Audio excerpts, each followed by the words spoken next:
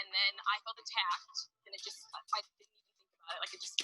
Because I feel like we always have such good conversations at the beginning, and then we miss it because I don't hit record. So we're just going to jump right into it. I'm going to see. There we go. Cool. So how have things been? They've been busy. I can't believe it's almost, I don't want to say the middle of July, but I'm looking at my calendar and it's just whizzing by, which is also exciting. But as we come to also maybe the close of COVID, or is like everything starting to reopen, time just goes by faster. And I am asking myself the question, where did, like, last time I remember it was February, and now again we're in the middle of July. So I'm not sure how you're feeling, how things are going, but everything feels really busy. Yeah, I just said that exact thing. I've been watching a couple of girls, and one of the moms came, and the little girl's birthday is like next weekend, and she's like, okay, well, we'll see you next weekend. It's like, what? Like, it's what? Middle of the, what? Okay, like, just so confused. Like, how did that, I don't know how it happened so quickly. It's, yeah, so strange. And I agree. I think a big part of that is it always feels like that in summer for me. Like, the days are a lot more full in like activity, I guess. And so I think that helps things go by quickly. But then also, yeah, the change from like COVID opening and just life kind of picking up again, it kind of amplified that even more, I would say, for us. Just, yeah, all of a sudden it's like, hey, we got things to do. Like, it's instead of like the chill of COVID. So, yeah, I wanted to check in about your tower. So you haven't gotten your lights yet. I'm like, they have to come so soon. But your definitely gave me hope when you said that your friend got hers. I was like, okay, there is hope. Like, just be patient. Because I honestly, Courtney was like ready to be like, well, I'll just start over, and like ready to like pull them out of my tower. And I was like, well, I'll just leave it. Like, it's fine. Yeah. Well, in terms of acting not irrationally and pulling everything out, but it's kind of what we did, because I have never had bugs on our tower before, and we've been using the tower garden for 2 years. And so to not have bugs ever, and then all of a sudden have bugs when we came home after being away for 3 days, I was just like, both of us were like super grossed out because we didn't catch it early enough. So by the time we got home, like, there was a lot of aphids on it.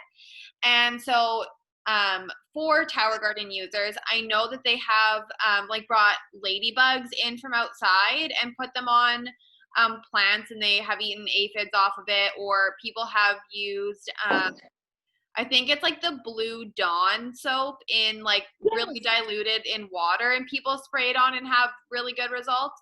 But we always had on the back of our mind that we wanted to do this flower tower, and we have so many greens growing outside right now that like we weren't necessarily mourning the loss of all of our greens, because it's not like we're surviving off of them right now. If it was winter, I feel like the reaction would have probably been a lot worse. But we were like, okay, whatever, like, the girls always are in that tower room, and I wasn't quite ready to let them like experience the whole bug thing because it was so crazy already. And so we just like, we pulled everything out. I was happy that we harvested quite a bit to take to Yorkton to give to my family when we were coming. And so we didn't lose that much, but it was just really sad to be like, oh, all these mature plants are just like ripped out and see you later. But yeah, so we got rid of all of them, and now we're doing this flower tower. And that kind of where the inspiration for today came about, an edible arrangement. And I don't have a ton of flowers in it yet, but I really want to talk about the sustainability of the flower and the florist business, and like bouquets and just things that we could use alternatively that are fun. They create a really cool experience. And so I kind of wanted to talk about that today, and then why I decided to do a flower tower of like edible flowers to complement what's growing outside, so that we could really do these like edible bouquets and have all of it be like edible that you could actually use in salads or whatever. And so I'm going to post a link in the Grow with Karen Facebook group, because Tower Garden on their website has a list of like flowers they recommend to grow, and they specify which ones are edible flowers and then which ones would just be your like ornamental kale or flowers that you would cut and just use in bouquets, which is awesome too, or just to have like live flowers in your house all the time is pretty cool too.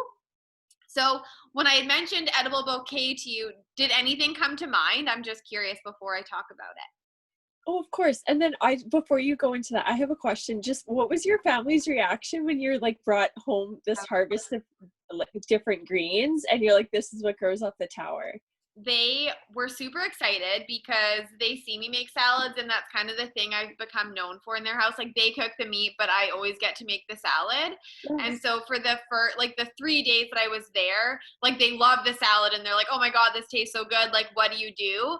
And then it wasn't until I left and I was like, hey, there's like all these things here. I'm just leaving them so you guys can use them.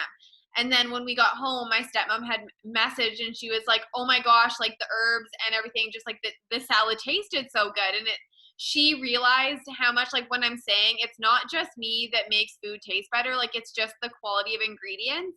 So it wasn't until they did it themselves that they were like, oh yeah, this does taste really good. And they noticed the taste difference then when they weren't responsible for making it.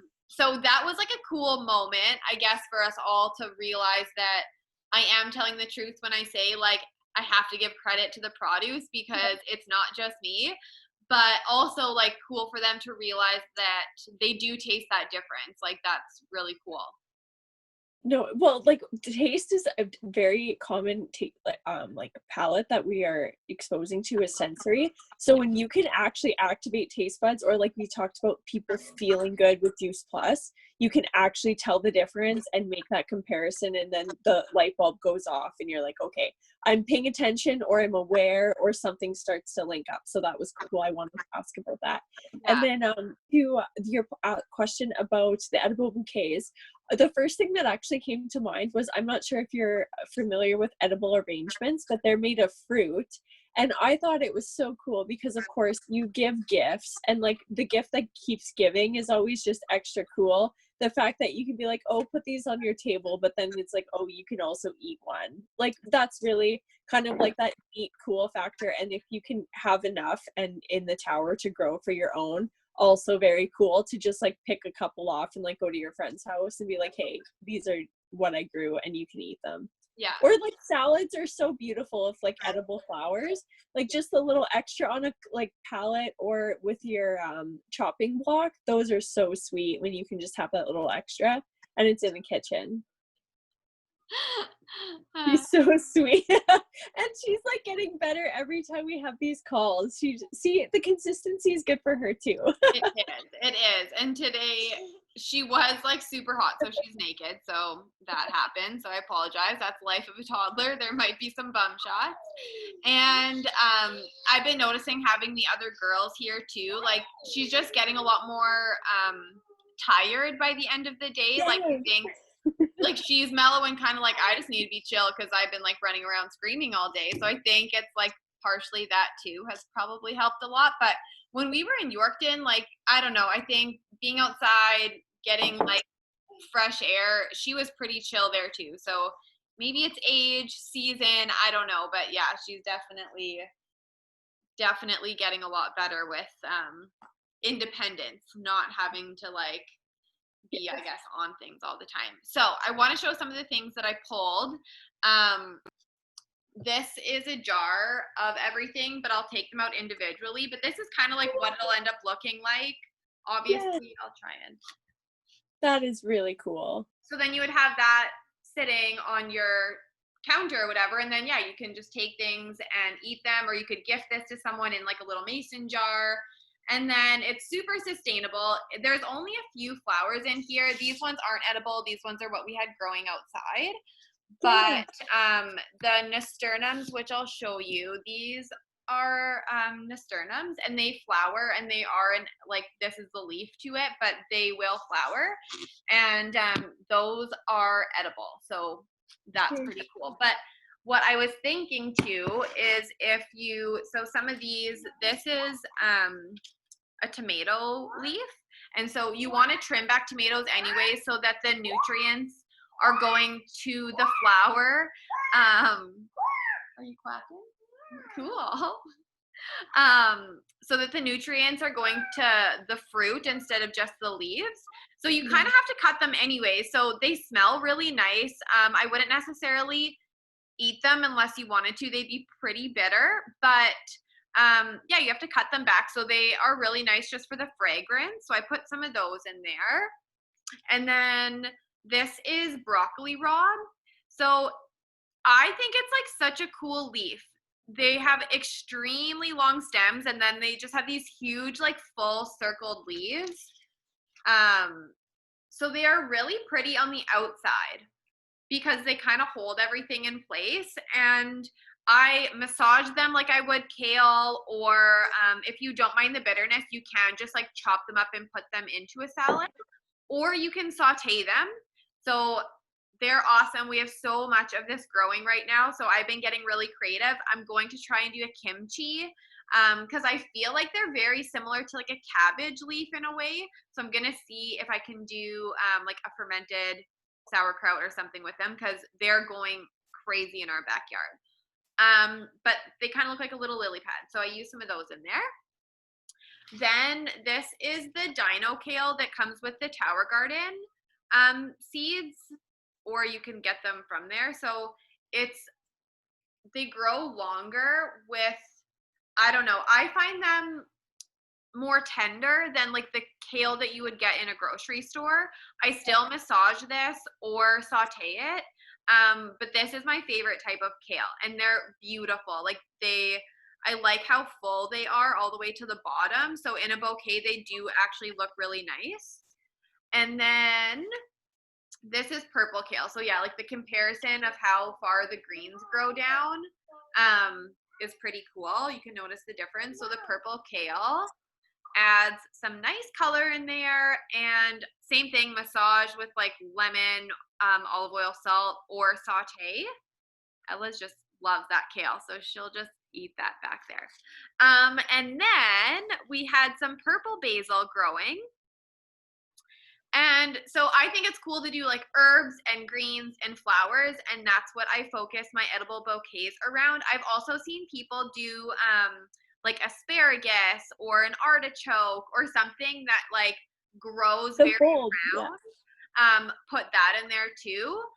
But I just love the sustainability of this, like especially if you have a tower garden and you're just growing it already and you don't have to go buy all these things.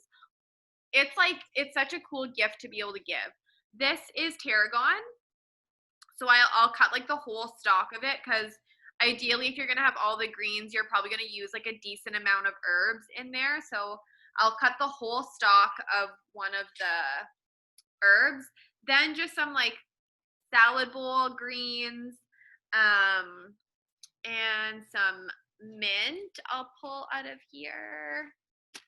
Some mint. And yeah, so then you kind of start, and then beet leaves too, because our beet leaves are crazy, but they're really pretty. So any leaves that kind of have like a pop of color, and then I try and grab plants that are different colors of green. So you want some like dark ones, some lighter ones. Ella, you're eating the darkest one, so that's okay. But then I just kind of start pinching them together in the middle, and I'll take kind of the more like stocky ones and put them in the middle to grab around because the green leaves will kind of build around it.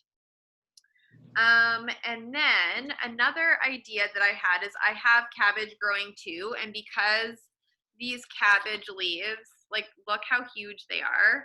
Yes, so, nice wrap. I'm going to use them as a wrap that you then, so instead of using like a paper to wrap it, you would use this and then tie it, and then that's what you would gift it in. So they would have like a couple cabbage leaves holding it all together, and then they could put it in their own mason jar if you're not someone who just has a million mason jars laying around their house like I do. So then, yeah, we'll put the rest of the greens in there. I have some like wild grasses that were growing really high. So I put them in there because I thought they looked really cute. Then catnip is not, it is an herb, but we don't eat it, but it's so pretty. So I thought we could put some of those in there just for some color.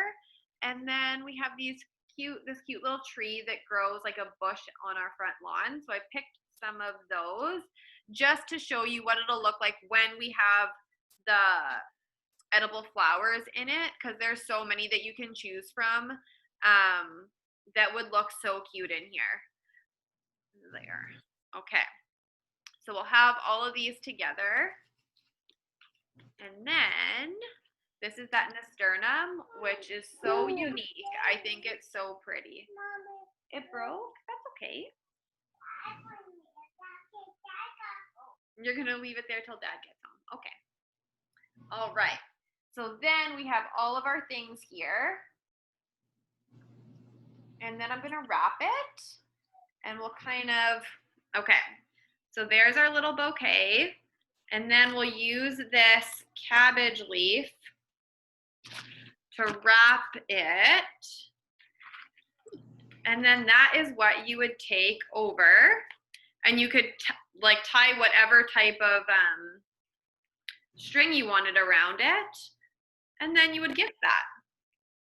Would you put together a list of everything that you have in there? Because honestly, Courtney, I'm just blown away by how that actually looks. By like 1, stuff you picked from your yard, 2, that you can eat. Yeah. Like that is very, very beautiful. That's a beautiful bouquet. Right? That is gorgeous. Like how cute is that? And then you would be able to gift that to people. So then you're not buying as many flowers. And like I am a flower lover, but I'm not someone like, lots of flowers don't have a long life after you cut them. So it's not super sustainable. I would rather have a flower bloom like its entire life and then cut it just before it was about to wilt. And then this becomes like so unique and fun. And then, yeah, you would just pop that like in the water and then like easy. There's no waste, nothing.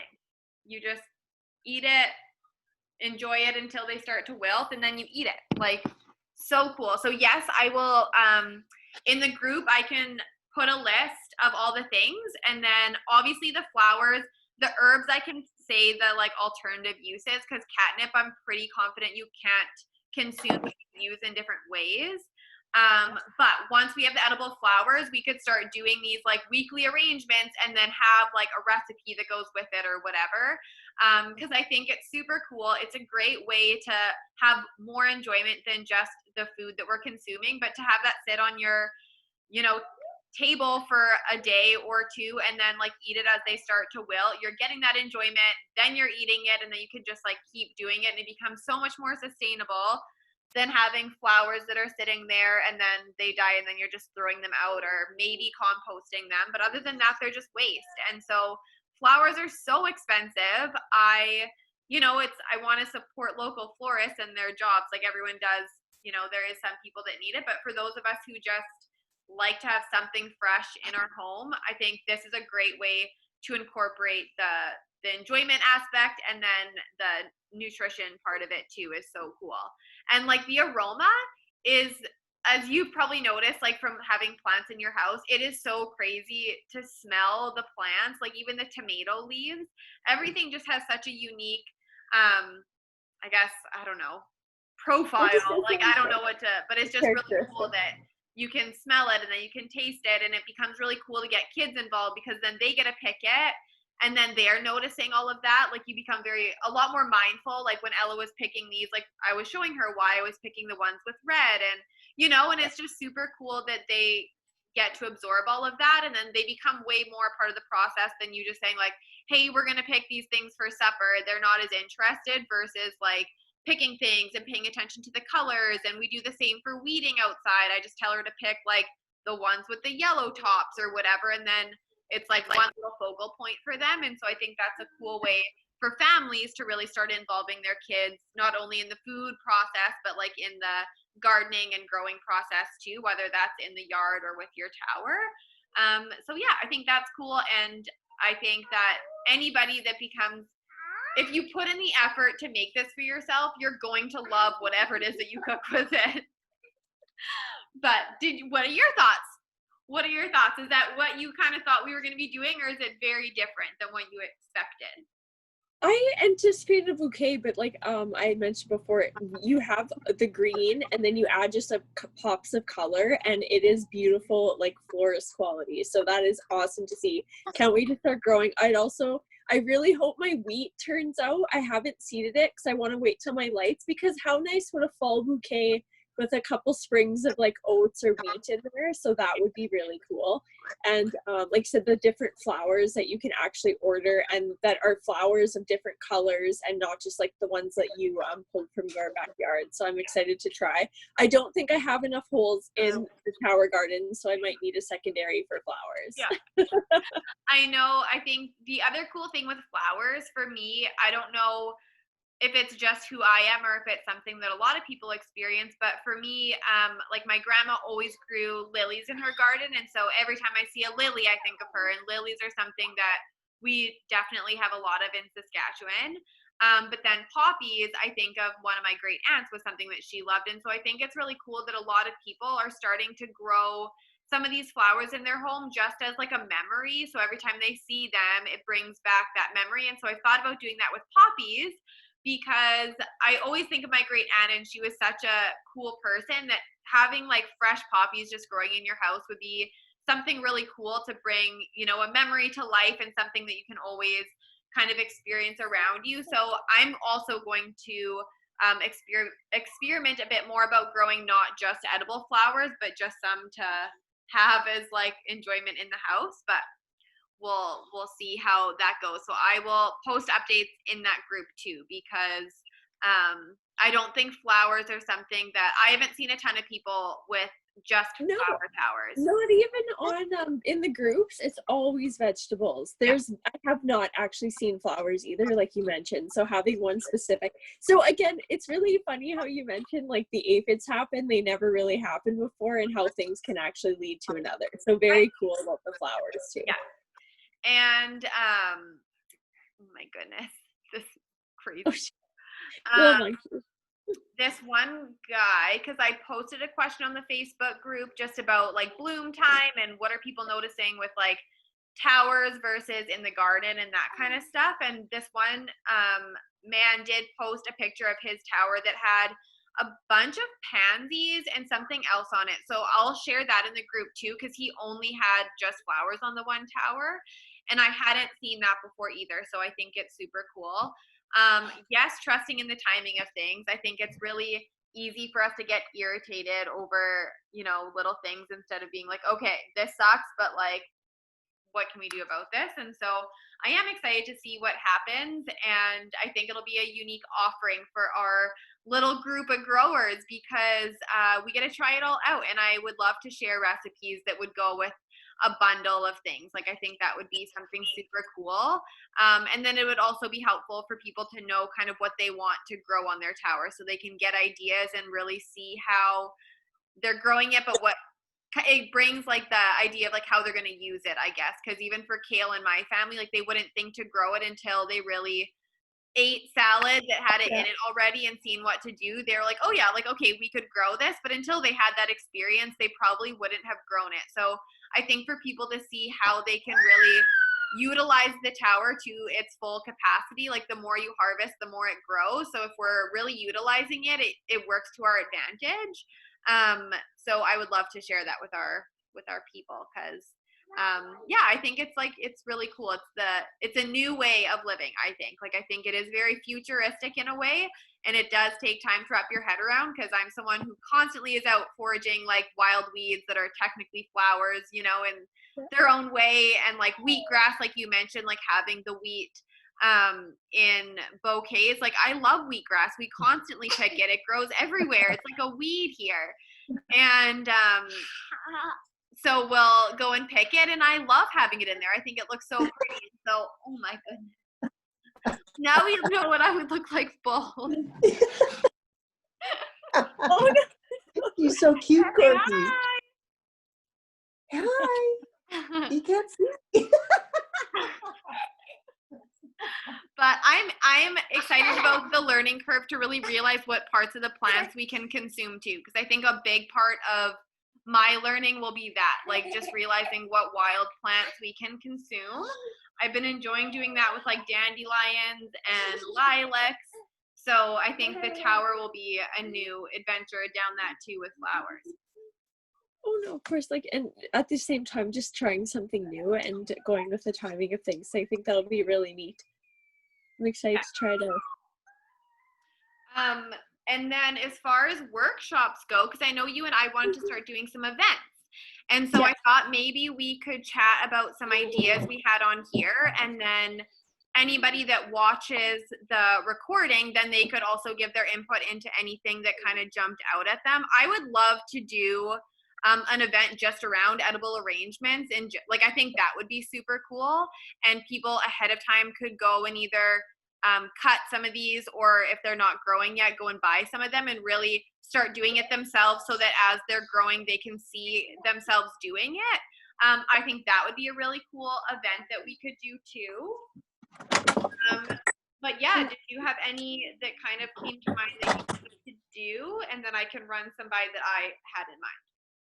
Yes. So I was thinking, if we have a virtual event, maybe instead of doing like a really long, let's say we take a 2-hour window and we chunk that into some different categories. So we could do like 20 minutes on the flowers. We could do 20 minutes on Juice Plus. And I think we could talk about the variety and like all the different aspects of this business and really share that. Because even what myself and mom were finding was that if you are not interested in a tower garden but still enjoy the health aspects and the convenience, because again, I really like that those are underlying values within the products, that you can then just get the gummies, and without growing your own food, you can still reap the benefits of that quality produce, but within the gummy or the tablet, like we also do on top of the tower garden. And just sharing, I feel, even how that incorporates into our lifestyle. Like you mentioned as well, like Ella taking them and like just like curbs her like epigenetics, and how that just trickles, and she's got a different taste palette for things.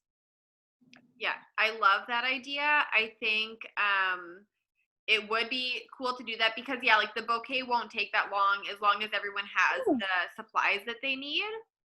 I think it would be great to do a little bit of talk on Juice Plus, and why it's not only important to have a wide variety of food on our plates, but really realizing that like we just can't get enough in our day, period. Like it is really hard and our body needs a lot more, especially right now. And so I would love to talk about that, and then touch on the epigenetics part, because that's really kind of what reeled us in to understanding that we need so much more than just what lands on our plate. Because I had a really healthy diet before Ella. Like I didn't really struggle in that aspect of needing to do a big dietary change, but I was looking for something else, because I was still feeling so tired, and I'm like, if I'm eating this well and still feeling this tired, like this can't be normal.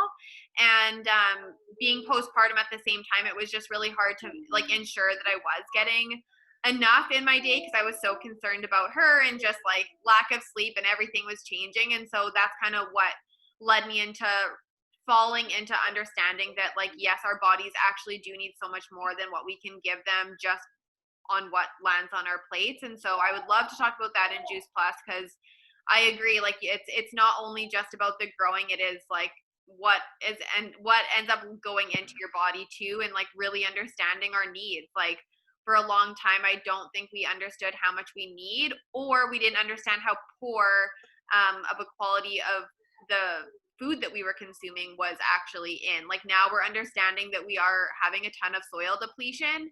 So it makes sense that, we could still be eating the same as our grandparents did, but we really need to eat more. And like, how do you eat more when you're full? Like if you just have to like bridge that gap. And so I do think that it is really important to have both and to become a part of both. Like for Ella, I don't think it's just that she had the Juice Plus that made her want to eat those vegetables. I think it's that they've been a part of our life. Like they're growing in our home, and it's really easy for her to use them and to understand them because she is a part of them. And so we could do a section on the Juice Plus, and then we could do a section on just growing, like 101, like what it is, why you save money, what is a grow tower, that type of thing. And then give everyone kind of like, we could do like a taster of workshops, I guess. And then after that, people could say if they wanted something more on like salad in a jar, then we could do a whole virtual thing on salad in a jar, and they would get like that recipe ahead of time, and then we could build the salad together, and then people could kind of think about meal prep ideas too, and we would be using ingredients that were off the tower but could also be accessible in a grocery store or a farmer's market.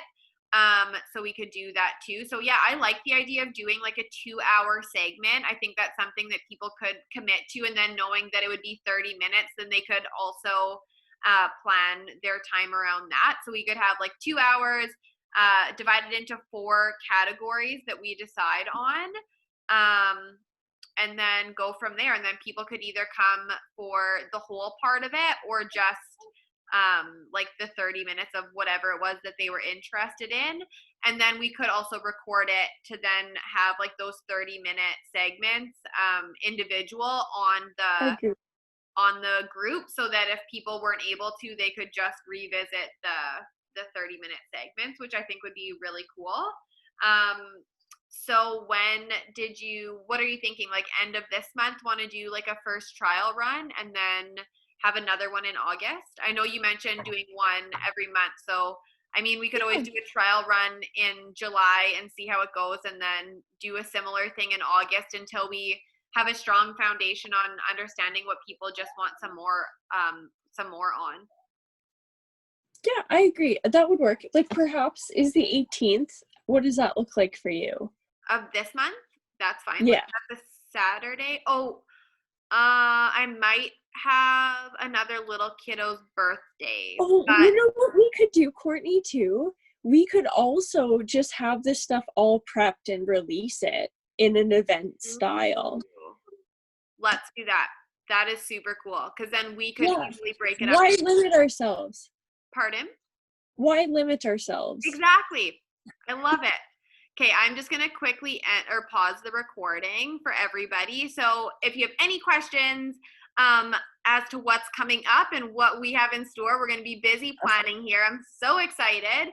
But ask us anything. If you're inspired, let us know. Any questions. And what's up, Justine?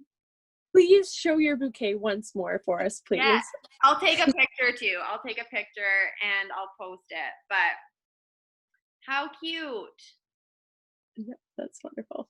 Yeah. That's the best way to sign off. Right? And I'll post some recipes and an individualized list as to what that is. So stay tuned.